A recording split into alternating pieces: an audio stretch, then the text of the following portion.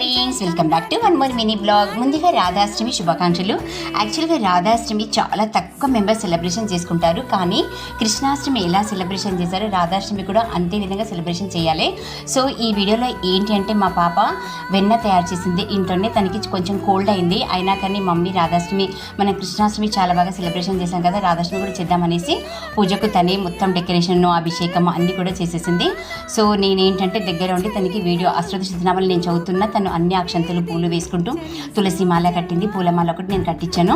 So చూసారు కదా, ఈరోజైతే రాధాష్టమి సెలబ్రేషన్ చాలా బాగైంది.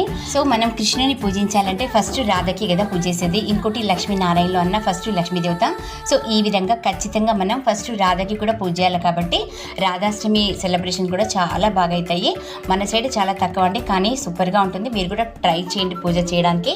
అమ్మవారి అనుగ్రహం అందరిపైన ఉండాలని కోరుకుంటూ వీడియో పెట్టాను. Thanks for watching.